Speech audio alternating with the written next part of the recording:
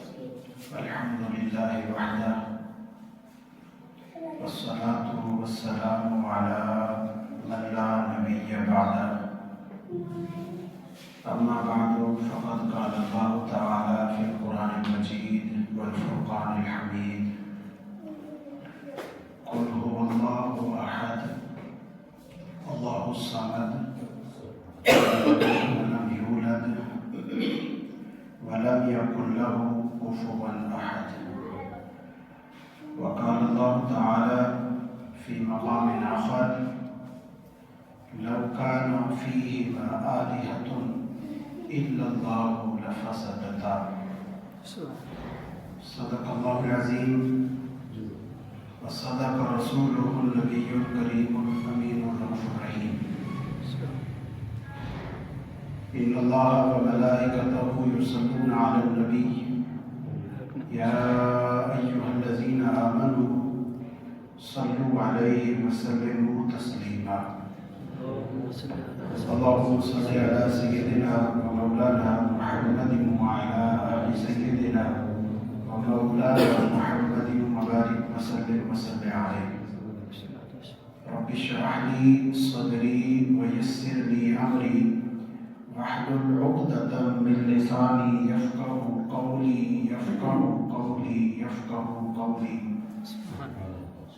مولاي صل وسلم دائما ابدا على حبيبك خير الخلق كلهم.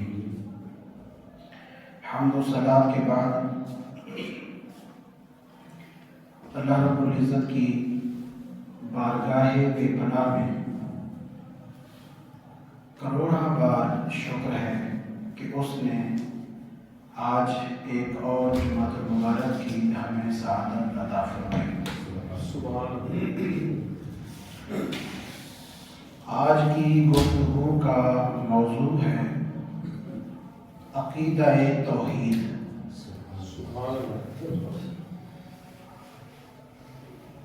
عقیدہ توحید ایک ایسا عقیدہ ہے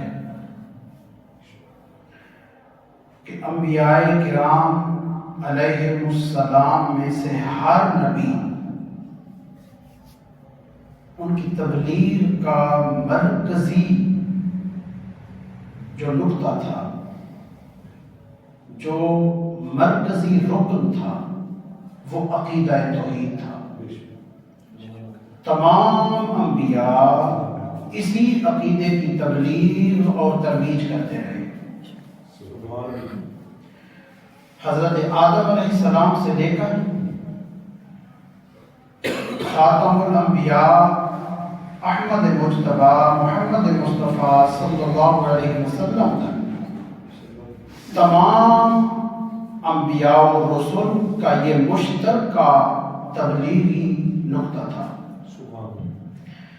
آپ صلی اللہ علیہ وسلم کے بعد اس فریضے کو اولیاء کرام اور علماء حق آگے لوگوں میں پھیلا رہے ہیں، اس عقیدے کی تبلیغ کر رہے ہیں. دراصل عقیدہ توحید نظام اسلام میں ایسی حیثیت رکھتا ہے جیسے ہمارے جسم میں ہمارا دل اگر بیمار، پورا جسم بیمار.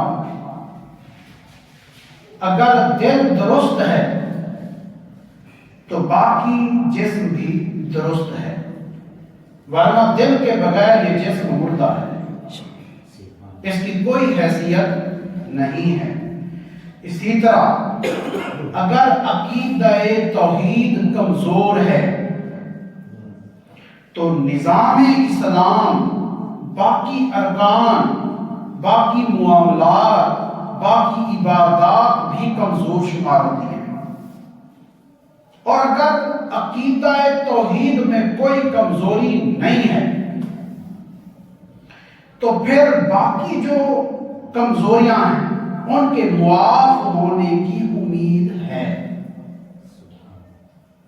اللہ رب العزت نے قرآن مجید میں واضح طور پر بیان کیا ہے ان اللہ لا یغفر ان یشرک بہ وَيَغْفِرُ مَا دُونَ ذَلِكَ لِمَن يَشَاءُ۔ اللہ رب العزت نے فرمایا اگر شرک کیا جائے اللہ کے ساتھ، اللہ اسے معاف نہیں کرے گا۔ شرک اللہ معاف نہیں کرے گا۔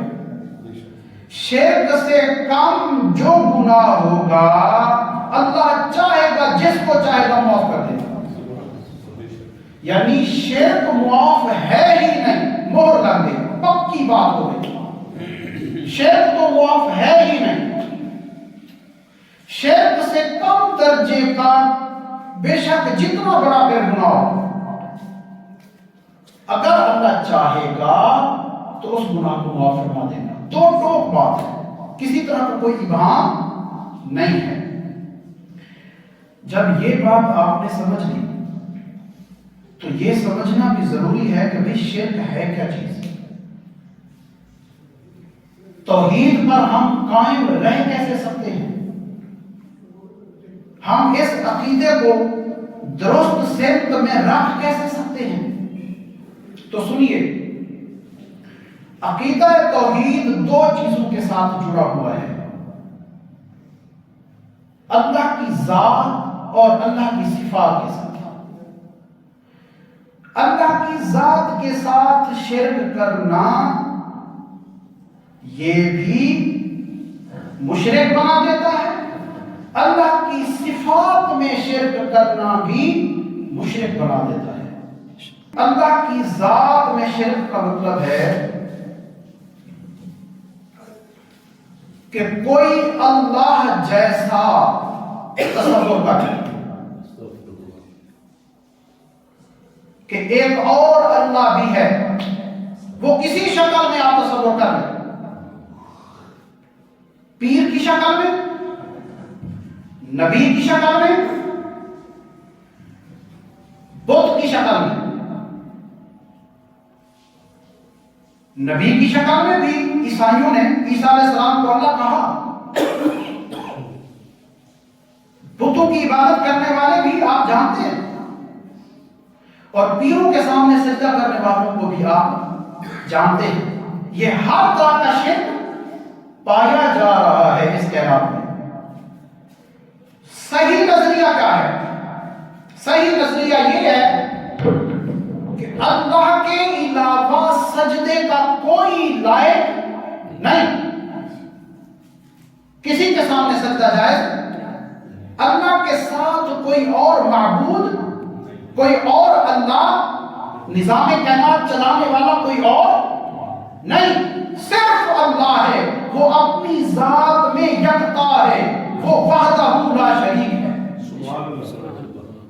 قل هو اللہ احد، اے حبیب آپ فرما دیں اللہ ایک ہے، اللہ الصمد، وہ بے نیاز ہے، اللہ بے نیاز ہے۔ لم یلد ولم یولد، نہ اس نے جنا نہ وہ جنا گیا، یعنی نہ وہ کسی کا باپ ہے نہ کسی کا بیٹا ہے۔ وَلَمْ يَكُنْ لَهُ كُفُوًا أَحَدٌ، اس کا کوئی ہم سر بھی نہیں، ہم پلہ بھی نہیں، ہم مثل بھی نہیں، وہ ہر چیز میں ہر اعتبار سے وحدہ لا شریک ہے، یکتا ہے، اکیلا ہے۔ یہاں پر اللہ رب العزت نے ہر اعتبار سے شرک کے دروازے بند کر دیے، نہ پیدا کیا نہ پیدا ہوا، نہ نظام کائنات چلانے میں اس کا کوئی شریک ہے، اس کا کوئی ہم پلہ نہیں، کوئی ہم مثل نہیں، وہ اکیلا ہے، وہ یکتا ہے۔ وَلَمْ يَكُنْ لَهُ كُفُوًا أَحَدٌ، اور پھر عقلی اعتبار سے بھی سمجھایا، فرمایا لَوْ كَانَ فِيهِمَا آلِهَةٌ إِلَّا اللَّهُ، اگر زمین و آسمان میں ایک اور معبود ہوتا، کوئی اور خدا ہوتا، لَفَسَدَتَا، تو زمین و آسمان قائم نہ رہ سکتے، یہ فنا ہو جاتے، یہ برباد ہو جاتے۔ کیونکہ دیکھیں اگر خدا کے ساتھ کوئی اور خدا ہو، کوئی اور اللہ ہو، تو دونوں اگر ایک ہی طرح کا فیصلہ کرتے ہیں، ایک کہتا ہے رات ہو، دوسرا کہتا ہے ٹھیک ہے رات ہو، ایک کہتا ہے دن ہو، دوسرا کہتا ہے ٹھیک ہے دن ہو، ایک کہتا ہے آسمان اوپر اور زمین نیچے ہو، دوسرا بھی کہتا ہے ٹھیک ہے ایسے ہی ہو، اگر دونوں ایک جیسا فیصلہ کرتے ہیں تو پھر اس کا مطلب یہ ہوا ایک تو فیصلہ کر رہا ہے، دوسرا موافقت کر کے اپنی کمزوری ظاہر کر رہا ہے، اس کے اندر فیصلہ کرنے کی صلاحیت نہیں ہے، تو پھر وہ عاجز ہوا اور اللہ عاجز ہونے سے پاک ہے۔ اس کا مطلب ہے کہ دونوں اگر موافقت کر کے ایک جیسے کائنات کے اندر فیصلے کریں تو بھی دوسرا خدا ممکن نہیں، اور اگر بالفرض دو خدا ہیں، بالفرض بالمحال دو خدا ہیں، ایک فیصلہ کرتا دن ہو، ایک فیصلہ کرتا نہیں رات ہو، تو دونوں میں بگاڑ پیدا ہوگا، دونوں کے فیصلوں میں ٹکراؤ پیدا ہوگا۔ جب دونوں کے فیصلوں میں ٹکراؤ پیدا ہوگا، دونوں میں بگاڑ پیدا ہوگا، تو پھر ہر ایک اپنی اپنی طاقت سے نہس نہس کر دے گا۔ وہ کہے گا زمین ہو، وہ کہے گا نہیں آسمان ہو، وہ کہے گا دن ہو، وہ کہے گا نہیں رات ہو، تو نظام کائنات فساد اور بگاڑ کا شکار ہو جائے گا۔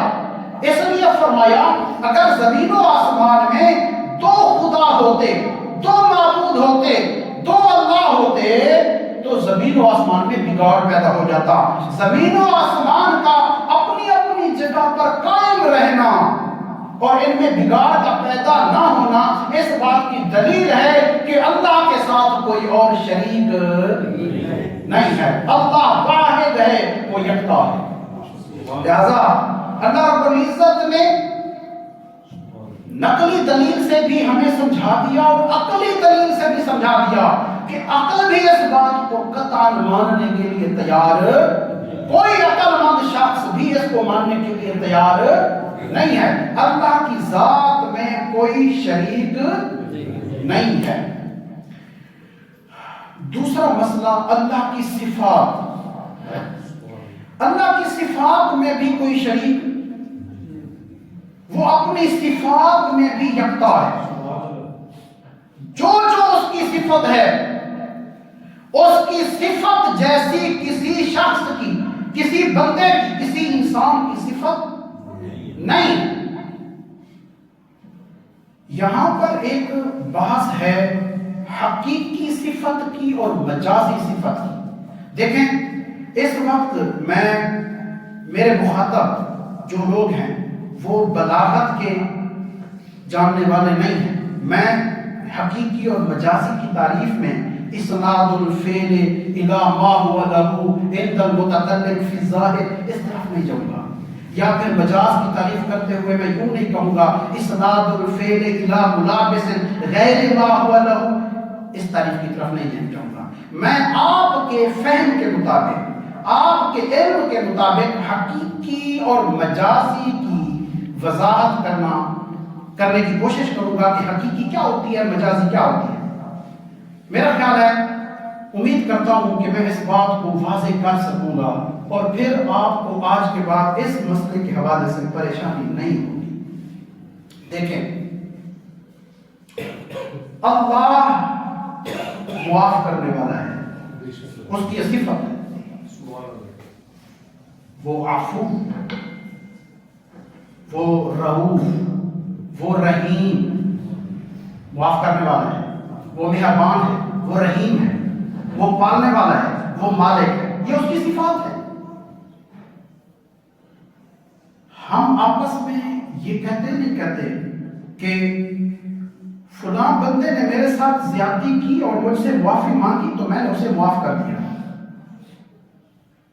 تو معاف کرنے والا تو بندہ بھی ہوا، معاف کرنے والا اللہ بھی ہوا۔ ماں کو اپنے بیٹے پر رحم آتا ہے، شفقت آتی ہے نہیں آتی؟ باپ اپنے بیٹے پر شفیق اور مہربان ہوتا نہیں ہوتا؟ اللہ بھی مہربان اور شفیق ہے، بندہ بھی مہربان اور شفیق ہے۔ آپ بتائیں، آپ کی جو زمین ہے، آپ کہتے ہیں کہ میں اس کا مالک ہوں، کہتے ہیں مالک تو اللہ بھی ہے، مالک آپ بھی؟ یہ تو پھر شرک ہو گیا.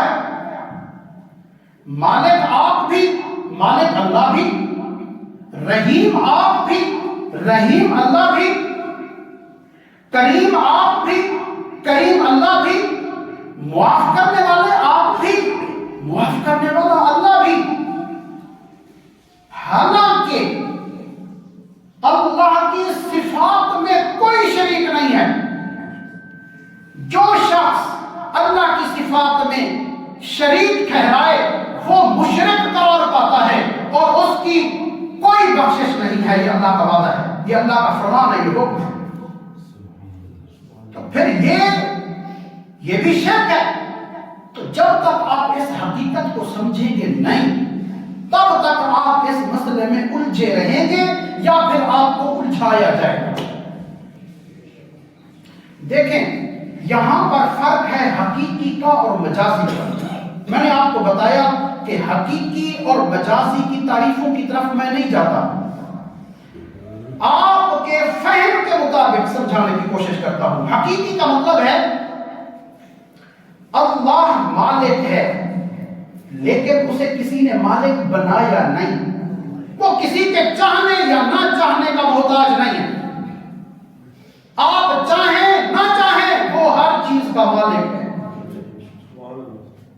آپ بھی مالک ہیں لیکن آپ کو اللہ نے دیا تو مالک ہے. ایسے مالک نہیں بن سکتے. اگر اللہ چاہتا تو آپ مالک نہ بنتے. اس نے اب آپ کو مالک بنانا چاہا تو آپ مالک بنے. مطلب یہ ہے اللہ ہر چیز کا مالک ہے اور اس مالک ہونے میں کسی کا محتاج نہیں ہے. آپ مالک ہیں مگر اس مالک ہونے میں اللہ کے محتاج ہیں. آپ محتاج ہو کے مالک ہیں، اللہ بغیر کسی کی محتاجی کے. آپ بھی رحیم، اللہ بھی رحیم،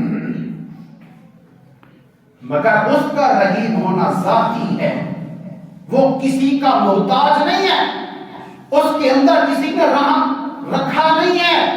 لیکن آپ کے اندر اللہ نے یہ صفت رکھی ہے. اگر آپ میں سے وہ رحم کو نکال لے کسی پر رحم کر ہی نہ سکے. آپ کے اندر درندگی آ جائے، رحمت ہو ہی نہ. یہ رحمت کس نے رکھی؟ اللہ نے. لہذا آپ رحیم ہیں، اس صفت میں اللہ کے محتاج ہیں، مگر اللہ رحیم ہے، وہ اس صفت میں کسی کا محتاج نہیں ہے.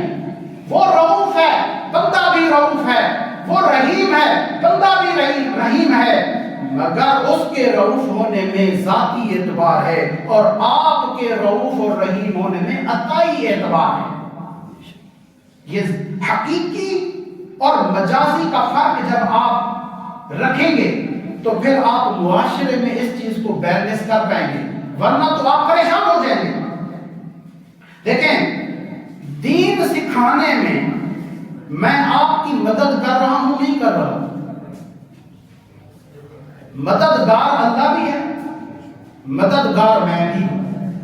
اس وقت آپ کو دین سکھا رہا ہوں. حضرت عیسیٰ علیہ السلام نے اپنے حواریوں کو کہا تھا من انصاری اللہ،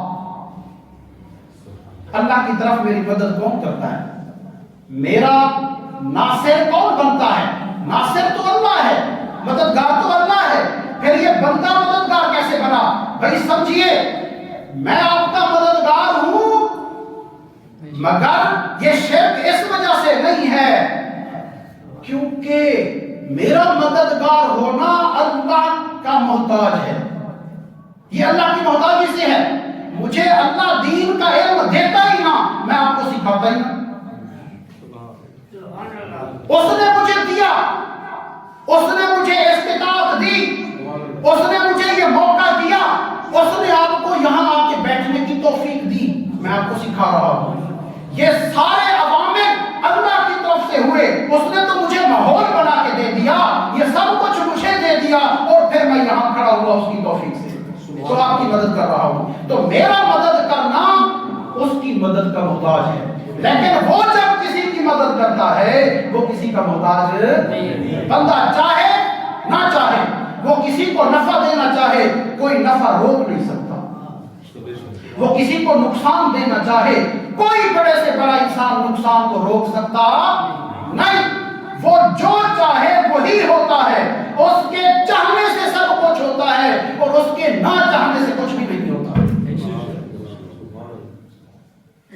اس فرق کو ملحوظ رکھیں۔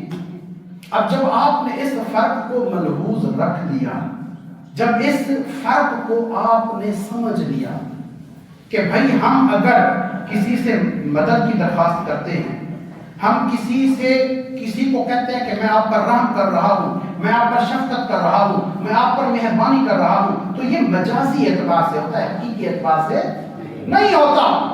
اگر کوئی شخص مجھے مددگار مانتا ہے، حتیٰ کہ اپنے پیر کو مددگار مانتا ہے، حتیٰ کہ رسول کو مددگار مانتا ہے، اور وہ حقیقی مددگار مانتا ہے، وہ سمجھتا ہے کہ قوت و طاقت ان کے پاس ہی ہے اور ذاتی اعتبار سے ان کے پاس طاقت ہے، یہ مدد کر سکتے ہیں، یاد رکھو بے شک وہ رسول کے بارے میں بھی یہ عقیدہ رکھتا ہو، یہ شرک ہے، یہ شرک، اور یہ معافی کے قابل نہیں ہے، یہ شرک فی صفت ہے۔ اللہ کی صفت میں جو شخص شرک کرتا ہے وہ مشرک قرار پاتا ہے، اور مشرک کی بخشش نہیں ہے۔ اب اللہ کی ذات میں اور اللہ کی صفات میں شرک کا مطلب آپ سمجھ گئے؟ اچھا ایک اور بات بھی دیکھیں، حقیقی اور مجازی کا فرق سمجھ لینے کے بعد پھر بھی میں آپ کو یہ کہوں گا، توحید کا اعلیٰ درجہ یہ ہے، توحید کا اعلیٰ درجہ یہ ہے، بے شک مجازی طور پر کسی کا رحیم ہونا، شفیق ہونا، مہربان ہونا، کسی سے مانگنا، یہ سب چیزیں جائز ہیں، مگر پھر بھی توحید کا اعلیٰ درجہ یہ ہے کہ مانگا صرف اللہ سے جائے، مدد مانگی صرف، اور یہی درجہ سکھاتے ہوئے رسول اللہ صلی اللہ علیہ وسلم نے حضرت عبداللہ بن عباس رضی اللہ تعالی عنہ کو فرمایا احفظ اللہ، اللہ کے احکام کی حفاظت کرو، یحفظک، اللہ تمہاری حفاظت کرے گا، احفظ اللہ تجدہ تجاہک، اللہ کے احکام کی حفاظت کرو تو اللہ کو اپنے سامنے پاؤ گے، ہر معاملے میں مددگار پاؤ گے۔ اس کے بعد فرمایا اذا سألت فاسأل اللہ، جب مانگو اللہ سے مانگو، جب مانگو اللہ سے مانگو، اور پھر فرمایا اذا استعنت فاستعن باللہ، جب مدد مانگو تو اللہ سے مانگو۔ میں یہاں پر عرض کروں گا دراصل ہو کیا رہا ہے، ایک طبقے نے یہ کہا کہ جائز نہیں ہے، دوسرے طبقے نے کہا کہ بھائی جائز ہے۔ جس نے کہا جائز نہیں ہے، اب وہ اپنے مقابل طبقے کو ہرانے کے لیے رد عمل کے طور پر تسلیم کروانے کے لیے مناظرانہ حیثیت کے ساتھ آیا اور میدان مارنے کی کوشش کی۔ جب رد عمل میں کوئی کام کیا جائے اس میں تجاوز آ جاتا ہے، مبالغہ آ جاتا ہے، بندہ حد سے نکل جاتا ہے، اس نے مجازی مدد، مجازی سوال، مجازی صفات کا بھی انکار کر دیا۔ ایک طبقے نے کہا نہیں جائز ہے، مدد مانگنا جائز ہے، وہ اتنا اس میں تجاوز کرنے لگا، اس چیز کو ظاہرہ اس نے بھی ثابت کرنا ہے، وہ بھی اپنے رد عمل میں دلائل دے رہا ہے کہ بھائی جائز ہے، اب اس نے بھی اپنے موقف میں حد سے تجاوز کر لیا، جتنا جائز تھا اس سے کہیں آگے بڑھ گیا اور شرک میں مبتلا ہونے لگا۔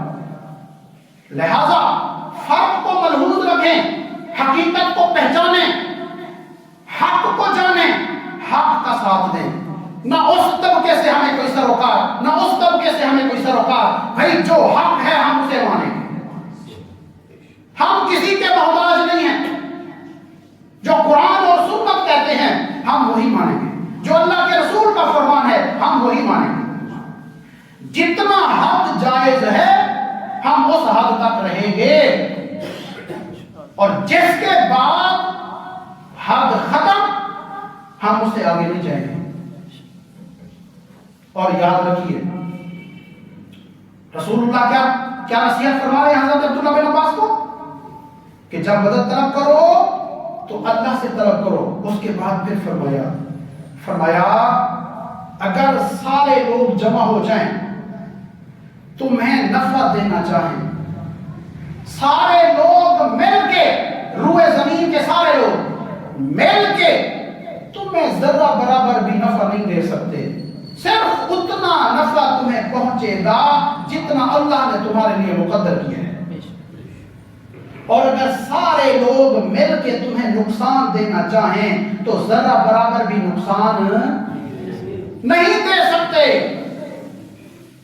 ہاں اتنا نقصان ہوگا جتنا اللہ نے مقدر کیا ہوگا۔ پتہ یہ چلا نہ یہ بندے دے سکتے ہیں نہ یہ بندے لے سکتے ہیں، اصل دینے والا اصل لینے والا اللہ ہے۔ تو جب ہر چیز کے لینے اور دینے والا اللہ ہے تو اسی طرف رجوع رکھو، اسی کی تقدیر پر بھروسہ کرو، اسی کے سامنے سر بسجود ہو، اسی کے سامنے گر گرا کے مانگو، اسی کے سامنے درخواست کرو، اسی کے سامنے عاجزی کرو، اسی کے سامنے جھکو اور اسی سے مانگو۔ جب سب کچھ دینے والا وہی ہے، بگڑیاں بنانے والا وہی ہے، مشکلات حل کرنے والا وہی ہے، اصل مددگار وہی ہے، اب اس کی مرضی جس بندے کے ہاتھ پر تمہاری مدد کر دے، دیکھیں میں اللہ سے مانگ رہا ہوں پروردگار میں پریشانیوں میں پھنسا ہوا ہوں، مشکلات میں پھنسا ہوا ہوں، تو میرے اوپر کرم فرما، میری مشکلات حل فرما۔ اللہ نے بھیج دیا حاجی صاحب کو، جی وہ میں چاہ رہا تھا کہ آپ کو اگر کوئی ضرورت ہو تو بتائیے۔ میں نے کہا ہاں جی میری یہ ضرورت ہے، میں تو مقروض ہوں، میرا قرض ہی نہیں اتر رہا، میرا قرض نہیں اتر رہا۔ انہوں نے کہا کوئی مسئلہ نہیں، میں آپ کا قرض اتار دیتا ہوں۔ ظاہر میں میری انہوں نے مدد کی، میں نے تو اللہ سے مانگا تھا، اب اللہ نے ڈائریکٹ تو میرے اوپر سے پیسے نہیں پھینکنے تھے، کسی کے دل میں وہ بات ڈالے گا اس کو بندہ میرے پاس آئے گا۔ بگڑیاں بنانے والا وہی ہے، لوگوں کے دلوں میں ڈالنے والا وہی ہے، لوگوں کے دلوں میں آپ کی شفقت، آپ کے لیے رغبت ڈالنے والا وہی ہے۔ اللہ سے جب آپ اخلاص کے ساتھ مانگیں گے تو مشکلات حل وہی کرے گا، ادھر سے اسباب بھی وہ خود ہی پیدا کرے گا۔ رسول اللہ صلی اللہ علیہ وسلم نے صحابہ سے بیعت لی تھی، بعض صحابہ سے، کہ تم اللہ کے علاوہ کسی سے نہیں مانگو گے۔ بعض صحابہ سے کہا جاتا ہے کہ ان کی تعداد تقریباً 6 تھی، ان سے بیعت لی تھی، وعدہ لیا تھا کہ تم اللہ کے علاوہ کسی سے نہیں مانگو گے۔ وہ اتنے محتاط ہو گئے، اگر ان کا کوڑا گر جاتا نا، کوڑا چتر اگر گر جاتا تو وہ بھی کسی کو وہ سوال نہ کرتے کہ مجھے یہ کوڑا اٹھا دو، وہ خود اٹھاتے، یعنی اتنے محتاط ہو گئے۔ یہ ہے خودداری کا اعلیٰ درجہ، یہ ہے توحید کا اعلیٰ درجہ کہ اللہ کے علاوہ جو کچھ ہو جائے کسی سے کچھ نہ مانگو، اللہ سے ہی مانگو، یہ ہے توحید کا اعلیٰ درجہ۔ رسول اللہ نے خود صحابہ سے یہ بیعت لی تھی۔ اگر آپ اس درجے پر فائز ہو سکتے ہیں تو پھر تو کیا ہی بات ہے، یہ توحید کا اعلیٰ درجہ ہے، جس کو ہم یہ بھی کہہ سکتے ہیں کہ خوددار بندہ ہے، کہتے ہیں خوددار بندہ ہے، کسی سے مانگتا نہیں ہے، کسی کے سامنے مشکلات رکھتے کیوں ہو، کسی کے سامنے اپنے دل کو کھول کے رکھ کیوں دیتے ہو؟ کیا وہ بگڑیاں بنانے والا ہے؟ کیا وہ مشکلات حل کرنے والا ہے؟ اپنے رازدار اللہ کو بتاؤ، وہی تمہارے راز حل کرے گا، وہی تمہاری مشکلات حل کرے گا، وہی تمہاری پریشانیاں دور فرمائے گا، اور وہ کسی کو بتائے گا بھی نہیں، وہ ذلیل بھی نہیں کرے گا، وہ ہنسے گا بھی نہیں، لوگوں کے سامنے آشکار بھی نہیں کرے گا، آپ کو ذلت کا سامنا بھی نہیں کرنا پڑے گا۔ کسی بندے کے سامنے آپ نے رکھ دیا نا تو وہ لوگوں کو بتاتا پھرے گا، اس وقت تو وہ آپ کا شفیق بن کے بیٹھ جائے گا، لیکن پھر لوگوں کو بتاتا پھرے گا۔ اپنے قریب رب کو بتاؤ، ایک گوشے میں بیٹھ کے بتاؤ، تنہائی میں بیٹھ کے بتاؤ،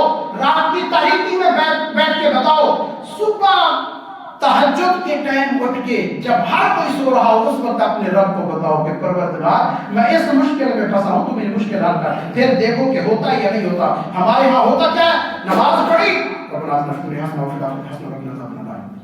ہم ایسے اٹھتے بھی جاتے ہیں اور دعا بھی مانگتے ہیں, پھر کہتے ہیں میری دعائیں قبول نہیں ہوتی, وہ ہماری سنتا نہیں ہے, ہماری مانتا نہیں ہے. بھائی اخلاص کے ساتھ, محبت کے ساتھ, پوری چاہت کے ساتھ آپ نے مانگا کب ہے کہ اس نے آپ کو نہیں دیا؟ جب آپ پورے اخلاص کے ساتھ, صدق کے دل کے ساتھ اس سے مانگو گے نا, خدا کی قسم وہ کبھی کسی کو محروم رکھتا نہیں ہے. اللہ رب العزت ہم سب کو عمل کی توفیق دے.